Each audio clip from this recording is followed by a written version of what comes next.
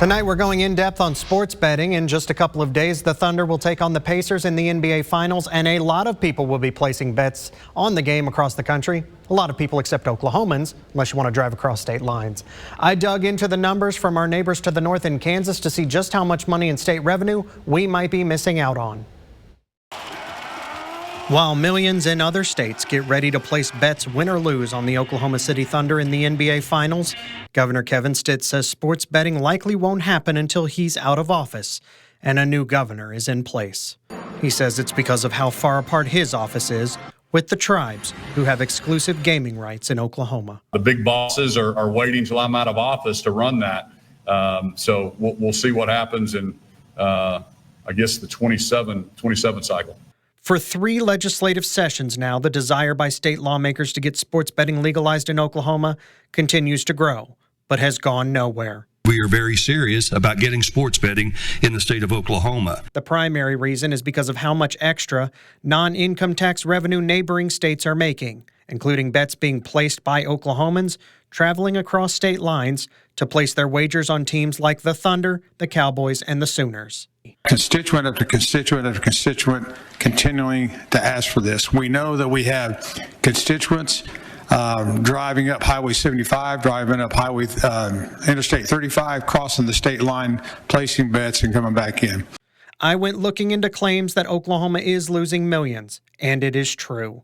What's even more shocking is how much more money is made for a state if one of their teams does well. While Oklahoma won't be receiving any revenue from bets placed on the Thunder during their first NBA Finals since 2012, we can look to how a team's performance means more money for a state like Kansas. According to public data from the Kansas Lottery that runs sports betting in the state, each month the state makes an average of $1 million a month in revenue from taxes on sports bets. But the data for this year so far shows as the Chiefs entered the playoffs and the Super Bowl, sports betting revenues grew 48% on top of normal monthly collections. In December, the state collected more than $878,000, close to the monthly average. Then, during the playoffs with the Chiefs, Kansas collected more than $1.6 million in revenue in January. Then in February, during the Super Bowl, Kansas made more than $2.3 million in revenue from wagers in a single month. Numbers stayed slightly elevated in March because of March Madness, but it clearly fell off once the Chiefs' season was done. When the Chiefs did well,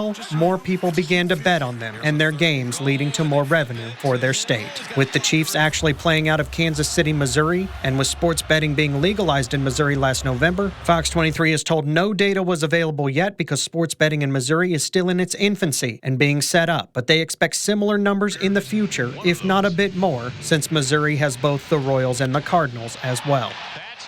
There have been multiple sticking points, not just between the tribes and the governor, but there was a proposal to let the Thunder collect revenue from non-tribal land should sports betting be legalized. Sports betting died this session because we're told all 3 of those groups could not get on the same page in time. The governor wanted a separate plan where any group could pay a $500,000 entry fee to have the right to set up sports betting operations, but many felt like that violated the tribe's exclusive right to have gaming in the state. Here is the full remarks from the governor about this session and why he likely won't be the one to legalize sports betting in Oklahoma. No, not disappointed. Actually, if it was the bill that was pushed by the casinos, I would have vetoed it anyway. So I had a piece of great legislation that I've rolled out a couple years ago that we went through all the different. We analyzed the 30 or 40 states that actually have sports book, and we put a great plan together. We've rolled it out, but it's more of a free market approach. And so, like I said in here before, I think the big casinos the big bosses are waiting till I'm out of office to run that. So we'll see what happens in, I guess, the 27 cycle. 38 states plus Washington, D.C. have sports betting. Let me rephrase that. 38 states plus Washington, D.C. give residents the ability to place bets on the Oklahoma City Thunder. The average tax rate on sports wagers is 8.6%, but the state of Delaware taxes sports bets at the highest of 15.5%. This is money they spend on multiple things. Some spend it on education, some spend it on roads. Many of them spend it on economic development and incentive packages to attract and keep businesses in their state.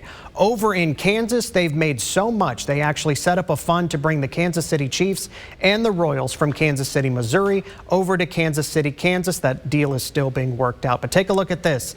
Then the state of Illinois did something yesterday that shook up the system. These are the stock charts for DraftKings, FanDuel, and others. They fell sharply yesterday. The state of Illinois taxes sports betting at 8.4%, and in their previous fiscal year, they made $2 billion in revenue for their state. The governor of Illinois announced that as a part of his new state budget, sports betting was doing so well for them that he and the legislature are thinking about raising taxes on sports betting to increase funding for government services. This is the first time a state will increase taxes on sports bets after they've already legalized it. Before we close out our coverage of the state of Oklahoma kicking the can on sports betting, when we have a team doing very well on the national stage, we do need to address something that always comes up on social media. Every time we post a story about this, someone always posts in the comments section that the tribes are on sovereign land. They don't need the state's permission to legalize sports betting. They could do it now. And that is totally false and not how tribal gaming is set up by the federal government. Because of the Indian Gaming Regulatory Act of 1988, tribes have the right to set up gambling on their sovereign lands, but the games must first be legalized within the state they are in. So far, Oklahoma has only legalized slot machine, card and dice and table games, things you already see at your friendly neighborhood tribal casino.